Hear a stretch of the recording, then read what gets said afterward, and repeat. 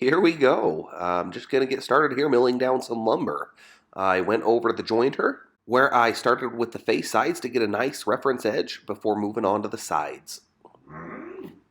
I then moved to the planer to let some chips fly. To finalize the milling process, I moved on to the table saw to clean up the last remaining edge. I then got the crosscut sled out and made a reference edge and cut the front and the back of the box to 11.5 inches. I repeated the process on the sides. I believe I took these to 6 inches. I then got the table saw ready to make some 45-degree miter cuts. Well, close enough. The miters went quick and easy, and hopefully they fit right. Onto the router table, I used a setup block to get the correct depth. I cut a groove for the bottom, the false bottom, and the top. Don't they look pretty? I spent just a minute to put a finish sand on the inside of the box, 220 grit. I then set the table saw back up for a 90-degree cut and went to work on the bottom, false bottom, and the top. For this, I used 1/4-inch Baltic birch. The first cut was rough, so I took a measurement back to the table saw and I cut everything to its final size. The moment of truth, dry fit up. Luckily, everything fit together right in its place. It fit together well. Everything was square. I was pretty happy. Hopefully it fits this good when I get the glue out. I then marked one of the sides of the box. It's going to hold the springs to help eject the hidden compartment. I drilled some 3/8-inch holes to hold some springs that I got from the local big box store. A little CA glue and some accelerator did the trick. I love that stuff. And then on to my first of more than one glue ups. Nothing special here, just your typical glue up. To get a lot more clamping force, I used some electrical tape on top of the minimal adhesive tape. It works actually really good. Once dry, I removed the big tape ball, and let's see if this thing comes apart. Luckily, it came apart well, and it's time to start working on the hidden compartment. I used an 1 3/8-inch Forstner bit to hog out as much material as I could. Look at that janky setup. I then used my router and a flush cut bit to clean up the remaining area for the hidden compartment. This process worked okay. I then used a file to square up the compartment that's going to hold the hidden drawer. Not perfect, but it's going to be hidden. I'll take it. With some more of the Baltic birch, 1/4-inch, I cut the bottom of the drawer out. It's refreshing when things just fit together.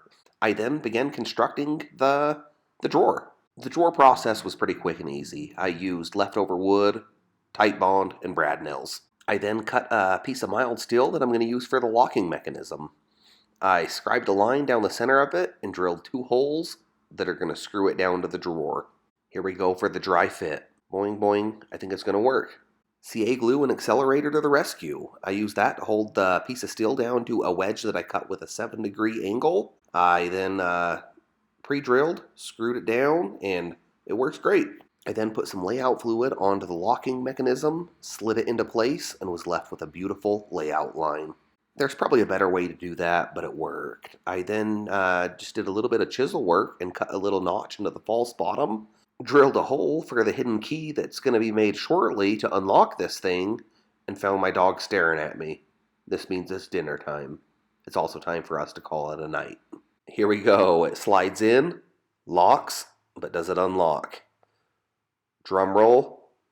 It does. I glued the remaining side on and went to work on the feet for the box. Using the crosscut sled again, I cut a bunch of pieces, 8 to be exact, and glued them together. I let them sit like that for a couple hours before working them again. The legs were boring and needed some style. I used the table saw to put a chamfer on both the top and the bottom. This is what I was left with. I cleaned the legs up on the sander and went to work on the miter joints for the box. I used the bandsaw to resaw a piece of zebra wood down to 1/4 inch. Using a makeshift jig, I cut some miter slots into the box, stuck the joints in there, glued them up, and waited again. Once dry, I used a flush cut saw and cut the joints flush. Before separating the box, I used the random orbital sander and sanded it to 220 grit. I then knocked the top or the lid off the box. I love this bandsaw. Another happy moment. Back on the bandsaw to cut the inside of the box. I cut these pieces to 3 inches, I believe. I was getting low on wood, so I had to resaw pieces to use on the inside. Using the bandsaw, I cut them right in half. I used the miter saw to inch up on the cuts till they fit perfectly, and forgot to film, but I used the router and a rabbit bit to cut a nice groove to hold the side that's going to hold the hidden key. Glued it up and went to work on the side that's going to hold the hidden key. I cut an 1/8 inch brass pin down to about 1 inch. I placed the pin in the hole, gave the side a little love tap, leaving a nice reference mark that I went ahead and drilled out on the drill press. I secured the pin with a couple drops of CA glue, a mallet, and some accelerator. It ain't moving. I then marked a new hole on the other side of the box so this side of the removable piece can sit in there nice and flush with the rest of the box when it's not being used as a key. With the help of some scrap plywood for a spacing reference, I got the legs glued on. I used some black tape again for some extra squeeze. For a better lid fit up, I used a sharp chisel and put a slight chamfer on the inside of the box. Running dangerously low on materials, I used the miter saw to creep up on some cuts to make the skirt around the bottom of the box. There we go, we'll take it. Oh, the versatility of 123 blocks. Here I am marking some holes for the hinges. Don't they look nice? I then pre-drilled my holes, put some wax on the screws, and did a dry fit up. Bada bing, bada boom. However that goes. Check it out. It works. I cleaned it up, took it out onto the cement, and sprayed a couple coats of lacquer. Once dry, I used some wax and put a healthy coat on the drawer to make sure it slides in and out of there with ease. I then used a brown paper bag, ripped a couple pieces off, and went over the entire surface of the box. And here we go. Where's my music?